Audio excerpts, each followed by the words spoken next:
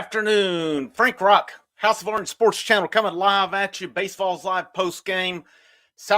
Tennessee wraps up the series sweep over South Carolina, taking 3-0. And with a 4-1 win today, they wrap it up. They've shown here recently, they've shown a lot. Good teams find ways to win, even when they're not at their best. It seems all year long. Somebody has stepped up, and we're just waiting right now as Vanderbilt, Kentucky's in the ninth inning. Vanderbilt's up 12-4. So it's looking like, barring some kind of an epic meltdown by Vanderbilt, as Kentucky did just lead off with the single, but barring some kind of an epic meltdown, Tennessee and Kentucky will be co-SEC champions. Yes, I know Tennessee won the regular season series, but the SEC would have been the same with basketball if it would have came down to Tennessee and Alabama at the end, tied in conference. They would have been co-champions, even though Tennessee won head-to-head both times. But Tennessee will be, again, barring that Vanderbilt holds on, which they should. They have a pretty good size lead right now, up 12-4. Tennessee will be the number one seed in the SEC tournament. And I would think, because coming into the week, the projections that I saw had Kentucky as the overall number one. This, to me, puts Tennessee above Kentucky. They're co-SEC champions. Now, how much is going to ride on that SEC tournament? Let's say Kentucky wins it. Odds are they'll probably put Kentucky as the overall number one on it. Tennessee wins it, they'll probably get it. I don't know how much committees put on these conference tournaments other than when it comes down to who gets in and who doesn't toward the end with it. But to me, this should put Tennessee as the number one overall seed in the entire tournament, regardless if they win a game in the SEC tournament or not. We'll see how the committee sees it, because obviously I've seen North Carolina mentioned as a high seed. I think it's really between Kentucky, Tennessee, North Carolina, based on everything I've read with. I mean, you could see an Arkansas or an A&M possibly move into it as well. But, let's see. Right now, Kentucky's got the first two guys on with nobody out. So this may go a minute here with it, but they've got a pretty good size comeback ahead of them. But, let's get right into the Tennessee game today. How about Xander Sechrist?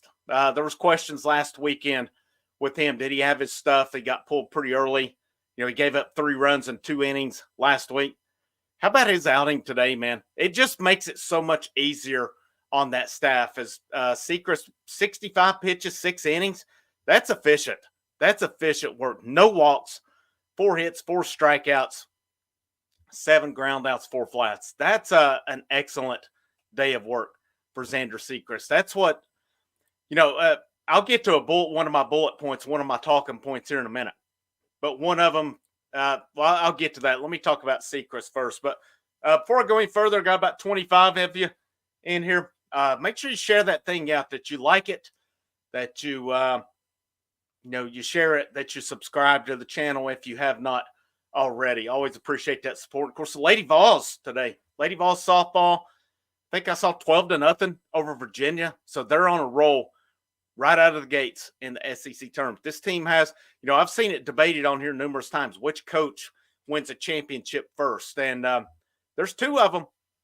Karen Weekly, Tony Vitello, it's going to have a chance. They're going to have a real shot at it this offseason. We'll see how things go, but both teams are going to be set up to do that.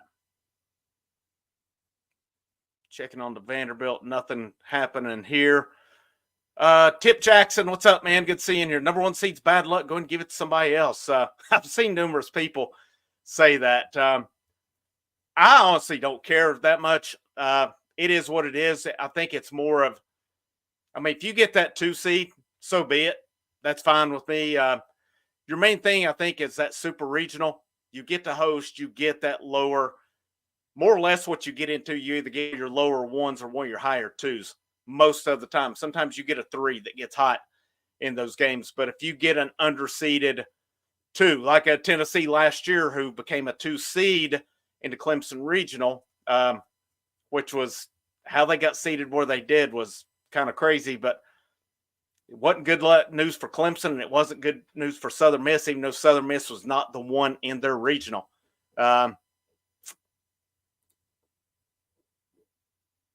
Let's see here just a minute. Let's see. Not yet. Wait a minute. Oh, it is final. What just happened? That was quick. Whatever it was, it just happened. All right, I turned it and turned it. There was no outs. I turned it back, and there's 3 outs. This thing's over. All right. Yeah.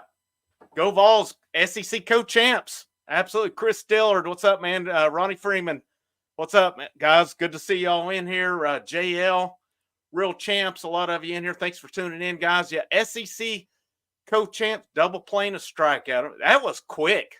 That was quick because I had it on. There was nobody out. Kind of flipping back and forth here. Looks like they ain't wasting time going to A&M Arkansas. A&M up 4-1 already on Arkansas in the second inning. So interesting there as well. But yeah, college athletics, man, is the most puzzling thing there is. It's so puzzling how, number one, why do we need a conference tournament? Because we have an NCAA tournament. Why do we need a conference tournament on this? Number two, I mean, you look at Major League Baseball. If it comes down to it on the last day, I mean, they've had, I don't know. I'm trying to think because they've had kind of playoffs before the playoff to determine who gets a wild card and such. So I'm not so sure that Major League always goes on head to head either. But yeah, I'm with you. SEC co-champs, it is what it is. To me, this is your real champs on it, even though everything else will say co-champs. But Tennessee is your SEC champions. We're going to call it as it is right here, as it should be. They beat Kentucky at Kentucky 2 out of 3. What a job by Tony Vitello and company. And one of my bullet points here I had was never doubt Frank Anderson. Never doubt Frank Anderson. We talked a lot, myself included, this year about this pitching staff, what's going on, this bullpen. You look what this coaching staff has done with this team. The DH spot has been a troublesome spot a couple weeks. Dalton Bargo, how about him today? And I'll get to that here just so. I'm kind of hitting on my bullet points early here. But what Frank Anderson has done with this staff, where they're at, and arguably their best pitcher has not even been healthy all year. You're getting ready to possibly get him back in A.J. Russell. To me, prior to his injury, he was Tennessee's best pitcher. Of course, we had a little sampling to go by, but his outing at Tech, when they played Texas Tech at Arlington, he was strong. He was lights out. And it Beam's solid. Beam's Mr. Consistency. He's going to get you that 6 to 7 innings, but he's just not the lot. I don't know. He's just different than A.J. Russell. I'll say that with it. But Aaron Combs, how about Aaron Combs right now too? Aaron Combs earlier in the season, I talked about it. I was like, he's struggling. You know, they wanted him to be that closer. It wasn't happening. Aaron Combs, that close. I forgot to do his co-SEC champ, guys. If you got one now, get a good sip of it. So here's a toast to the co-SEC champs. Toast to Tony Vitello, Frank Anderson, and that baseball team for what's been a fun year. Obviously, the job is not done yet. Christian Moore alluded to that earlier in the week, said it'd be nice to win the SEC title, but we have bigger goals. And that bigger goal is not just to make the NCAA tournament or win a regional. That goal is to win it all this year. You've got a guy who should be the SEC Player of the Year. Who should be? Is Charlie Condon worthy of it? Absolutely. Jack Caglione, no. He's awesome player, great player. Florida's record is garbage. It's absolute garbage in the conference. I mean, Georgia, 17-12 in conference. If they win today, 40-13, they could be 18-12 on it. I can't say I have a problem with Condon winning Player of the Year. He's very deserving. But, man, Christian Moore is probably going to be your SEC Triple Crown winner on the number 1 team in the nation, hitting leadoff. It is what it is. He's not getting the respect, but it's like Dalton Connect with basketball. Zach Edey was crowned National Player of the Year before the year even started. No matter what Connect did, he wasn't going to get it. It's the same with Charlie Condon. The media and all was on him for the year. He's awesome. He's going to be a high round draft. He's going to be a high first round pick and all. Christian Moore's worked his way up into a first-round pick as well. But Christian Moore has done everything he needs to do to be the SEC Player of the Year and be in that running for the Golden Spikes Award. But we'll see. I don't think it's anytime you get the media's favorite going into the season, if they produce, they're going to win it. It just is what it is. But Tennessee, let's get back to my bullet points because I'll probably go a little off topic here and there. Xander Sechrist, man, that just helps his staff out so much. And we call him an opener. He's a starter. They've used that opener philosophy with him as well. But he's had those outings where, like today, 6 innings. And I think anything over 2 to 3 innings with him is just icing on the cake. When he gets you 6, hats off to him, man. Great effort, especially going into the postseason, because he'll be needed. He'll be needed unless Tennessee goes to him barbecue. I don't see that happening. I don't see it happening. So he will be needed, and they have the setup right now. They have that setup. Now, as you had Snead come in today, Snead went 1 1/3 innings. South Carolina started hitting him a little bit. 2 hits. Snead did have 2 strikeouts, and then Aaron Combs. Aaron Combs is the guy at the end right now. 1 2/3 innings. He come in, he put the fire out of South Carolina, and then he faced their best 3 hitters and set them down in order 1, 2, 3. He got the strikeout, he got the ground out to first to end the game. Tennessee finishes the sweep. Tennessee's co-SEC champions. What they've done with this pitching staff, where earlier in the year we questioned it. We questioned, is this pitching staff going to be able to hold up? Ever since they've gotten into conference play, and something else that's not mentioned, this team has won 9 straight SEC series. That's pretty wild. That's pretty damn good right there. There's no other way to put that one. What they've done with this team is we talked about the pitching. They went to Stamos as the opener after that Auburn series. Causey's been lights out ever since. Second game's been for Beam. I mean, Beam's had some outings. It's like, how's he go get through? And then he does. He gets you 6 or 7 innings, turns it over to Aaron Combs or Kirby Cannell, go from there. The last game has been Xander Sechrist to Nate Snead. And then if they need somebody else, of course, Cannell was ready today as well, but Aaron Combs come in and put the fire out. Aaron Combs, I think right now, is your closer. He is that guy. Nate Snead can do it as well. So who knows? There could be a time where Snead has to come in and bail Combs out like Combs did Snead today. But go it. Tim Dewberry, what's up, man? Awesome SEC baseball champs, softball champs, basketball champs. What a year. Tennessee athletics right now. What, tennis is in the Final Four. Rowing did well. I mean, football coming up this year. I seen a poll today. It's got Tennessee's the second best team in the conference. I'm still going with 11-1. That Oklahoma game, I know they're not favored, but I'm trying to see why Oklahoma's thought so highly of.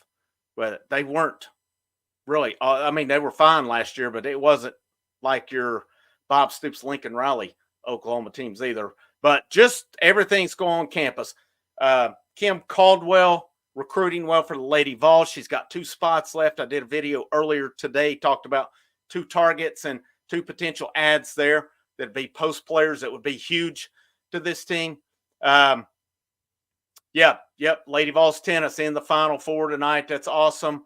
Softball rolled today against Virginia. It is a good time in Tennessee athletics all the way around. It is an everything school.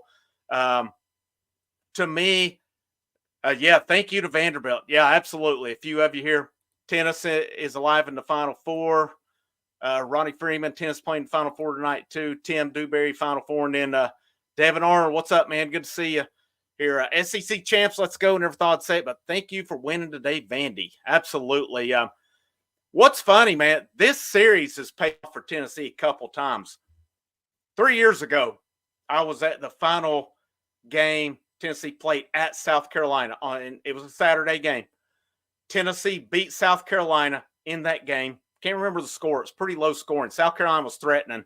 And then Sean Hunley left. I cannot remember who it was, but he left South Carolina's main guy. Bases loaded. That stadium was fired up, and Sean Hunley struck him out to end the game.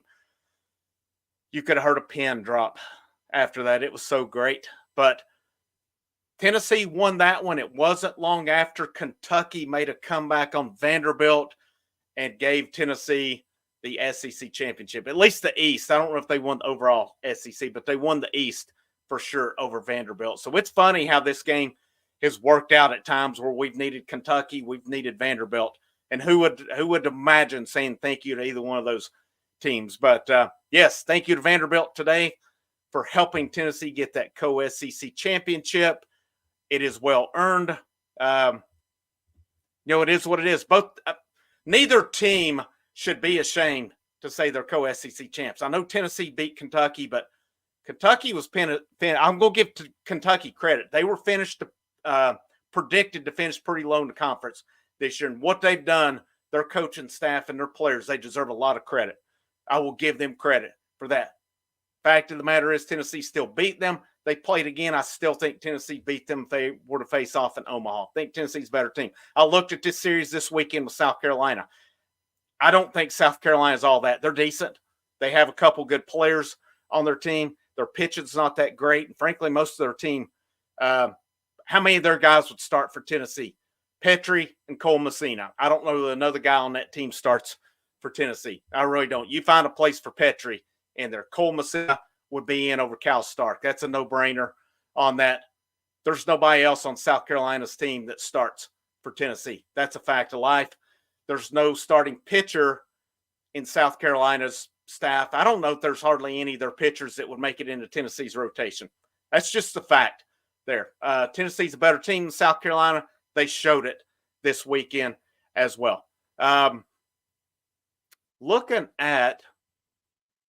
Wanted to kind of look at the stats here today a little bit. I want to go back to some of my bullet points. I had Sechrist, Frank Anderson. Did Tennessee find a DH today? I said this Thursday night when I went live, because you had Colby Backus got his shot, 2 strikeouts. Reese Chapman did get a hit. I said I thought it was down to this point. It was either Chapman, Bargo, Cannon, Peebles on it. I'm glad to see Bargo get a shot, and I'm glad to see Bargo make it count today as well. I really think when it's said and done, possibly Bargo is the best option. And he showed it today in his opportunity he got. Looking at Tennessee's offense today, Christian Moore 1 for 4. Blake Burke, Christian Moore had a run scored. Blake Burke 1 for 4 with an RBI. Billy Amick 1 for 4 with an RBI. Did have 2 strikeouts. Billy Amick stole a base today. How about that? Dylan Dreiling 1 for 4 and RBI, 2 strikeouts. Hunter Inslee 0 for 2. 2 more walks on him. He had a caught stealing at the end. He had a run score, but he had at least, 5 walks this weekend. Inslee had a heck of a weekend. He was efficient. He got on base. He made things happen. He had a run scored. Kavaris Tears 2 for 4, 1 RBI, 1 double. Did have a strikeout looking. Dean Curley 0 for 2. He did have a walk day. He's struggling at the plate right now. His average now is down to 284. Still normally a respect average or something, but his average has dropped a lot. Antigua replaced him at the end at short.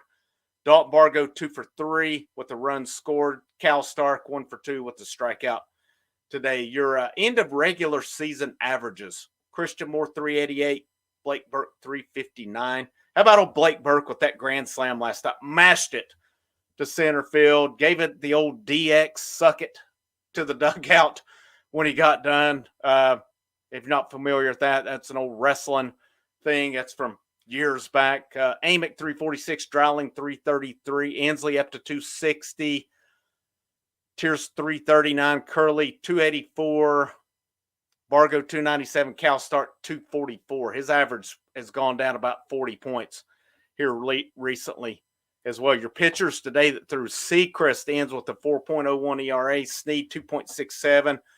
Combs, man, this is pretty impressive. His ERA got down to 2.84 for the season, and at one point he was around 5. So I think that's pretty. His last few weeks he's been lights out. Lights out. Oh, yeah. Yeah, when he hit it, he dropped the bat and turned around to the dugout and gave it. It was pretty funny, actually. I'm sure there's people who got upset by it, but whatever. It if he'd have just thrown the bat down, he'd probably gotten credit. It doesn't matter what Tennessee does; they're going to get criticized. If Tennessee did what the Vanderbilt pitcher did last week when he was going with his arm, Tennessee would have been criticized for it. It's just, this shirt here says it all. That was come from the villains. They're still the villains. They're going to be the villains as long as Tony Vitello is there. I don't think Tony's afraid to upset people. He's not afraid to upset other coaches. And, it's a being, last year I coached a pretty good school, a 5A school in South Carolina, saw a lot of the, nobody's going to go easy on you in SEC, and you're good. In these state tournaments right now, that's like in South Carolina this week. And I cannot imagine this. If any of your Summerville and West Ashley, I saw were coming down, they had their lower state championship. And Summerville won the game, but West Ashley, by protest, won because the guy who pitched for Summerville threw 83 pitches. He could only throw 75. When I've managed, coached my own team and stuff, I was always strict on that pitch count to not even tempt with it. The fact you do that in the lower state, it would have gotten them to the state, upper state, lower state, and they go to the state. That's how they do it in South Carolina. The fact that happened is just mind-blowing to me. And Summerville has two guys probably going to be drafted. They're committed to South Carolina, probably signed with them. Now, I don't know if they'll ever see South Carolina. They'll go to the majors, go to the minors would be my guess. But it's dog eat dog when you get to the higher levels. It's going to be that in SEC play. It's going to be that when you get to the regionals, the super regionals. And it's not for the faint of heart. If you're just in there to get a reward or a trophy or something, you might as well go to the house, because these guys are in there to beat you, and they're not. They're going to talk. It is what it is. It's a part of it. You can like it or deal with it. That's basically what it comes down to on it. Talking about the DH earlier, I feel like for weeks it's just been like, what are they doing? What's going on here? What's happening with this DH spot? Bargo 2 for 3 today. I mean, that was a good thing going for him. You got to think he's made a stake to that. My thing with it is Tony is not, he's not a lefty righty guy. He's just not. So he's not afraid to put lefty on lefty or righty on righty. And there's not any of the right-handed guys that are in that battle for DH that I can see putting in. Maybe Peebles, possibly Peebles, because he can draw a walk. He's done a little bit good with the bat lately. But your other candidates are either Reese Chapman or Dalton Bargo. It's not Villeneuve. It's not Brad Keylori. It's not Colby Backus. You can do it all you want during the week, but if you can't do it on the weekend, it's kind of pointless to me. And I think Dalton Bargo is your best bet, unless you may go Cannon Peebles. But to me, Dalton Bargo is the best hitter of the bunch. I would put Chapman next. Well, I think Chapman's a pretty good hitter, but Chapman has struggled in conference play this year as well. We'll see. If I'm Tony Vitello, and I'm not, he's coaching the number one team. They've coached their asses off this year. Let's make no mistake about it. This staff, Tony Vitello, Frank Anderson, Elander, all these guys, they have absolutely coached their asses off this year. And I don't know, maybe at some point, myself included, even if they hit a rough patch, we'll stop doubting these guys. They figure it out. Now, where does it lead to at the end? We don't know. I've seen some of you. I can't disagree. Don't want to be the number one overall seed. But there seems to be a jinx on that. Give it to somebody else. Give Tennessee the 2 seed, and let's see where it goes from there. But I think that's where you go with your lineup. Stark's going to be your catcher. I still think they're going to roll with Curley. He's a better hitter than Antigua at short. Your lineup's set. Your lineup's pretty set. And, they asked Tony Vitello about moving Hunter Inslee up and about what he's done this weekend. And he said sometimes you got to trust guys, especially he always goes to Inslee as a leader on this team. I'm going to give Inslee credit, man. His average is still 260, but it just seems like every weekend he's doing something big. Last night he had the 3-run home run. He had three walks last night. Had a couple walks today and a run scored. He had a great play in center field last night. I mean, Inslee is just he's a guy, and earlier in the year I questioned him leading off being top of the order, but he's one of your 3 best outfielders. He's locked it down. He's your center fielder. He's the guy you want out there. He's getting on base now. I mean, the average, maybe not there. The on base percentage, though, it's got to be there because he finds ways to get on base. He just does little things a lot of times, and just seems to me like a clutch guy. You look at Dreiling, you look at Inslee, you look at Tiers, they're set. I think back in the day, the Atlanta Braves, some of you guys remember us in the 90s when they were on their run. They won one World Series. But it was amazing to me every year they got to the playoffs. You didn't hear much about this guy in the regular season. Once they got to the post, Mark Lemke was a dude, when it got to the postseason, every time it seemed like stepped up. Blew my mind. He couldn't do anything in the regular season. He got to the postseason. The dude just stepped up. You have guys like that. You right now, currently, Major League Baseball, there's not another player on the planet I would rather have in the postseason than Corey Seager. He's the most clutch postseason player in baseball, and it's not even close. It's not a coincidence the Rangers won the World Series last year with him on there. When he was on the Dodgers, I mean, he wore the Braves out in the year where they played all the series in Arlington coming off of the COVID year. Corey Seager's the man. He is the man. There's no clutch guy I would rather have over him. Bryce Harper's probably close, but Corey Seager has won the big one numerous times now. Harper hasn't. But Hunter Inslee's that guy. I mean, last year at Clemson. Now, I will say in the final game against LSU, he had some opportunities and didn't come through, but he come through at Clemson in that game last year after Blake Burke got the single, Zane Denton with the home run. But Inslee had that hit later on that put Tennessee up, and they won that game against Clemson. There's guys who do it in regular season. There's guys who do it midweek. There's guys who do it on the weekend. There's guys who do it when it counts. That's the guys I want on my team. I'll take a midweek game off, whatever. You give me that guy that gets it done in SEC play. That's Hunter Inslee. He does it. He struggled first of the year. Aaron Combs struggled first of the year. Where they're at now, these two, I'm going to battle with these two any day with Hunter Inslee and Aaron Combs. There's no doubt about it. With it, Dalton Bargo, he to me, I don't put a lot of stock in the midweek just because Colby Backus is a midweek superstar. He can't even make contact on the weekends. Nothing against him. He's just, when he's gotten his chance, he has it. Dalton Bargo has hit on the weekend. All right. I want the guys that can hit that SEC pitching. Now, what do they do in the SEC tournament with it? Do they give Bargo a chance? Do they bat some other guys with it? I'm curious to see what their philosophy is going into the SEC tournament.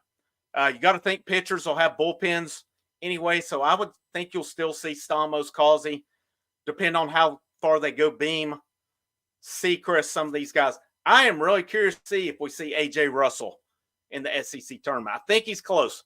Everything I've seen that he's throwing, I think there's been some minor setbacks here and there, just soreness and things, but I don't, from what I've read, and maybe I'm wrong in how I've read it, I think he's close.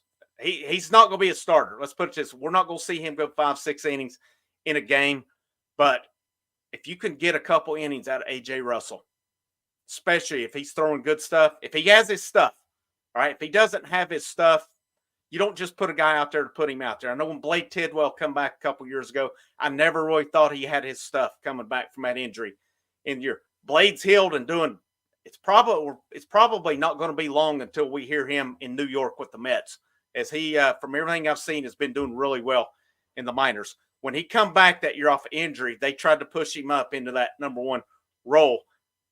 I didn't think he had his stuff. He had some outings where he had it, but overall, I mean, in that his last game against Notre Dame lit him a new one. And I think that's where they got to be careful with Russell. If he's good to go, I would like to see him throw a little bit this week in Hoover just to get some live pitching against oppositions. Who knows? Maybe he's throwing to Tennessee's batters. I mean, what better lineup for you to throw against than your own? If they do any kind of intra squad possibly with him or something like that, that could be big as well. But I think we'll see AJ Russell again at some point. That's going to be a boost. But let's see. Look at some of these. Yeah, indeed, gives lots of credit to coaching staff. Oh, Frank Anderson, man. There's times it starts off. Last 2 seasons, it started off a little bit rough, and you look where he's figured it out. He's figured it out both times. Now, what you're seeing out of this pitch is they figured it out with Causey ever since come out of the pen on the first game of the weekend. He's been excellent. Beam, you know what you're getting. Mr. Consistency. Seacrest up and down, but Nate Snead, I mean, Nate Snead's got a 2.67 ERA. The amount of innings and what he's done, that's pretty impressive with him. To see Aaron Combs turn it around, going from like, I'm pretty sure like a 5-something ERA down to a 2.84, that's impressive with him. Andrew Banky, hadn't even mentioned Andrew Banky, come in last night in relief of Beam. Big time inning for him. He's become a guy they can use on the weekends. Multiple lefties with him. Of course, Kirby Cannell. I still think they're starting to gain that trust in Dylan Loy. So I'm curious to see, does he get any time in Hoover this week? I think you'll see him shift more to their guys that'll throw on the weekends moving forward. I think you could see Loy.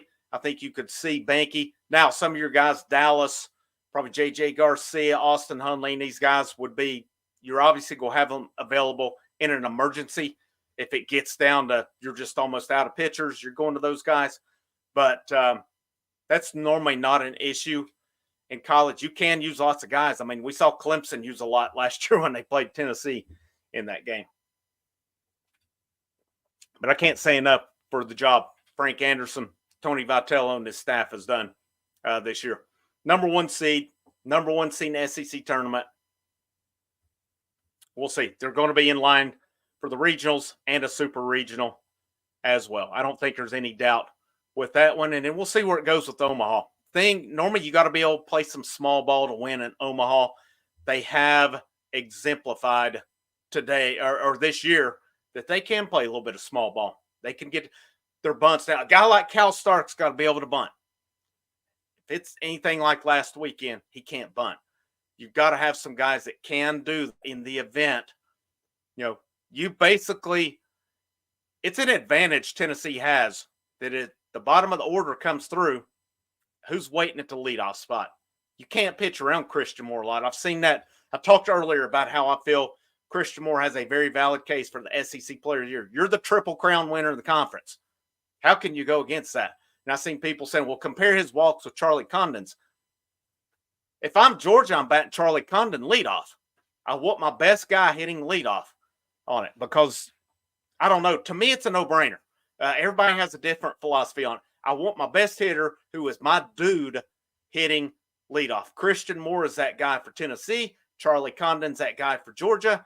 If I was South Carolina, I would have Ethan Petrie hitting leadoff. If I'm Florida, I'd have Jack Caglione. Everybody has a different philosophy on it, for sure. But in the event that you build a lineup, Tennessee's is the outlier, though. Not every lineup has that bottom of the order that is going to get you to Christian Moore with multiple guys on base. There's some, but I know not every lineup is built like that. But if my bottom comes through and I get back to the top, I've got a guy like Christian Moore waiting. That's going to come out pretty good for my team. It's going to come out pretty good for them. The way they've constructed the lineup, it's that. What more can you say? That's how I would roll with it as well.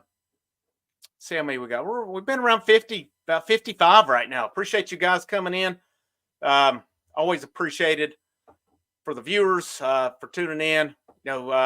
Make sure you like, you share, you subscribe.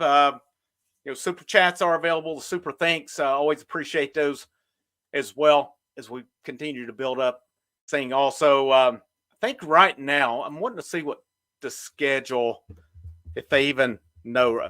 I'd heard last week where Tennessee would play on Wednesday. So let me see what the possible tournament bracket looks like, if they even know right now. Now, one thing you always have to factor in with Hoover is the event that a game gets delayed by about 10 hours.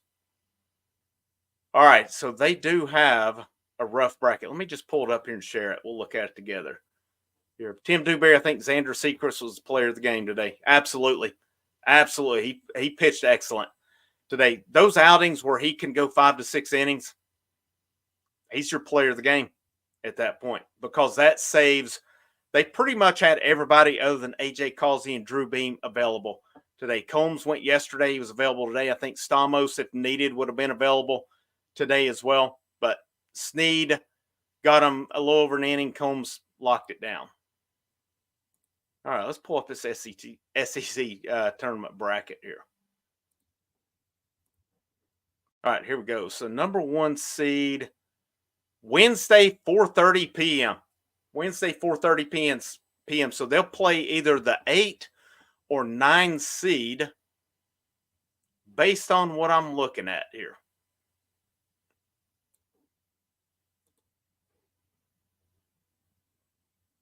Based on what I'm looking at, the 8 or 9. So you've got Tennessee. This is not totally updated, but Tennessee 1, Kentucky 2. Arkansas 3, A&M 4. You'll have Mississippi State and Georgia 5, 6. Looks to me like South Carolina 7. Ooh, this will be interesting. So it's kind of looking like you'll have Vanderbilt, possibly Florida, LSU, Alabama, and maybe even Ole Miss. So so I don't think that's you're going to face one of those 5 teams with it. You could possibly, with any of them, Vanderbilt's 2 guy. I wouldn't be surprised to see Vanderbilt, to be honest with you. But I don't know. Vanderbilt's inconsistent too. Florida, you could possibly see them. LSU. I mean, who's LSU with their talent, dude? Do they hit another switch? Here, Alabama. That's kind of where I'm looking at. LSU, Alabama, possibly Ole Miss, Florida, or Vanderbilt. That's where we're looking at in terms of the SEC tournament. Let me go back to the bracket here as well. All right, let's go back here. So Tennessee would play Wednesday at 4:30 on here. Winner game 3. That's your 8 or 9 seed. Tennessee's going to be the home team there. They'll get into some screwiness with it, I'm sure. They would be paired with Texas A&M in that. So you would see the 5 seed. There's going to be either Mississippi State or Georgia. I would not be surprised if Georgia has it. If you don't see, if everything goes according to plan, I would not be surprised to see Tennessee and Georgia up here this winter, game 5, winter, game 6. But who knows? I mean, you get teams playing for their tournament lives and they go up a notch. There's a little more urgency there than it is from the team who's got it locked in. It's just a fact of matter. It's the way it was last year. Tennessee, I don't think they even cared to be there. They got put out in the first game, and it didn't hurt them a bit. I mean, they end up making a run, won a game in Omaha. So that's kind of where I'm looking at. I think you'll see A&M or Georgia. That's where it is. The way Georgia's playing, would not be surprised at all to see Tennessee and Georgia in that game here, barring that Tennessee does beat the 8 or 9 seed. And then if it goes on to Sunday, of course. So best case in this tournament, Tennessee would play 5 games. Worst case, they would play, if they were to lose here, which is game 7, they go, I mean, they could play 6 or 7 games. To me, it's just not worth it. It's just not worth it for just an SEC tournament, which is, I don't know. It's one I think is an irrelevant tournament. You know, if you want to get a cheap banner, that's fine, but I don't know. Not sure if you're familiar with the Autograph, but I shared this video there on the Auto.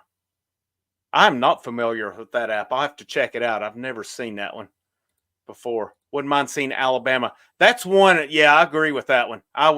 I totally agree with that one. That's a series. I think that's one series. If you're Tennessee, you look back on, you'd like to have that one back. You would like to have that one back because I think Vitello knows it. But at the time, who was trustworthy out of that bullpen? Things are different. Now, they were trying to ride Snead as long as they could. He was one of the only trustworthy guys in that bullpen at that time. Combs did not have his stuff then. I think Tennessee would like to have that one back for sure. Other than that, I mean, there's some Florida game 2. I think they'd like to, it was game 2. They'd like to have that one back. There's some other ones along the way. But, most impressive victory to me, I still say, was game 2 against Georgia. Georgia run ruled them on Friday night. Georgia was up big on Saturday, and then Tennessee stormed back and won that game. And then you got to Sunday, and Xander Sechrist set down that Georgia lineup, and then Snead finished it. I thought those 2 games, to me, maybe even that game 3 on Sunday, those 2 might have been the most 2 impressive victories of the season. And that Georgia team is good. They are a good baseball team. I'm not so sure they're not up there as one of the top teams in this conference. But got to give Kentucky credit as well. Of course, Arkansas and A&M, very good programs. So you could go a number of different ways with that one. So that's Tennessee. We'll see where they go next week. But Wednesday, 4:30, I'll be live with you. I'm going live every game the rest of the season after this, whether it's SEC tournament, NCAA tournament, we'll be live at that point. Shouldn't be any things with it. Didn't get to go live last night. Just didn't get to. That's just the way it is. I had other things I needed to do that come up, and things that just needed to be done over a live show, frankly. And that's the way we roll on here. If you haven't checked them out today, if you're a basketball fan, released a video talking about Chaz Lanier earlier. He set visits for this weekend with BYU, with Kentucky, with Tennessee. We're going to see how this one plays out. Kentucky feels confident. Tennessee, if everything goes down, we'll get the last visit, though. Tennessee's going to know all they need to know at that point. BYU's got to be throwing some money. I had a guy tell me earlier that BYU plays all their players the same. No, they don't. They don't. I looked at, because I was like, I've got to look this up to make sure I'm not crazy.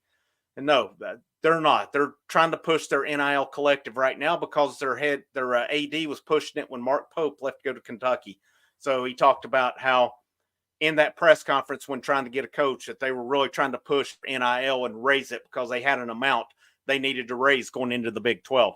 So, if that's the case, if they're all getting paid the same, then you don't need more money. Mark Pope, it said, I was reading an article, spent 40% of his time at BYU per day almost working on NIL. If everybody's getting paid the same, he doesn't have to work on that much. So unless he's just trying to get more in possibly, but no, that's not right. BYU's in that one, I think, strictly because of NIL. I don't know why else they would be. Kentucky's supposedly throwing the money at Tennessee as well, but if Tennessee can make a competitive offer, I think the basketball side of it speaks for itself with Rick Barnes versus Mark Pope, one of the best defensive minds in all college basketball versus, to me, an unproven coach. Wasn't even a top 5 choice of Kentucky's, but that's who they went with. That's the way it is. Lady Vols, I talked about that, or released a video for that as well. I'll probably release something tomorrow on this baseball series, kind of recapping it, getting us ready for Hoover, going into Omaha as well. But I think I'm going to wrap up about right here. Thank you guys for tuning in today. Like always, I hope you'll like it. You'll share it out, get the views up on this thing as well. If you haven't subscribed and you check out the content, hope you'll subscribe at some point. If you got any constructive feedback or any things you'd like to see covered on, or any kind of things you'd like for me to do on the channel. Now, I've kind of had some people tell me to change I'm not going to change the way I am. It is who it is. I do try to keep it language free, but there's going to be a word or two occasionally. I'm sorry. I'm just going to tell you ahead of time. It's going to happen occasionally. Not too bad. Not too bad. If we get the outlaw in here, you never know. But normally it's not too bad here or there. It's just not going to change. And I do mark them where the videos are. I don't mark them suitable for kids, even though they are suitable for kids for the most part. So those ratings are on there for a reason. But thank you guys for tuning in. Y'all are awesome. I appreciate your support. Appreciate you checking out the content, commenting on them, giving feedback. It's greatly appreciated a long way. I hope you all have a great rest of your Saturday. Last but certainly not least, your SEC co-champions and your rightful SEC champions by way of taking 2 out of 3 in Lexington, your Tennessee Volunteers. Last but not least, go Vols.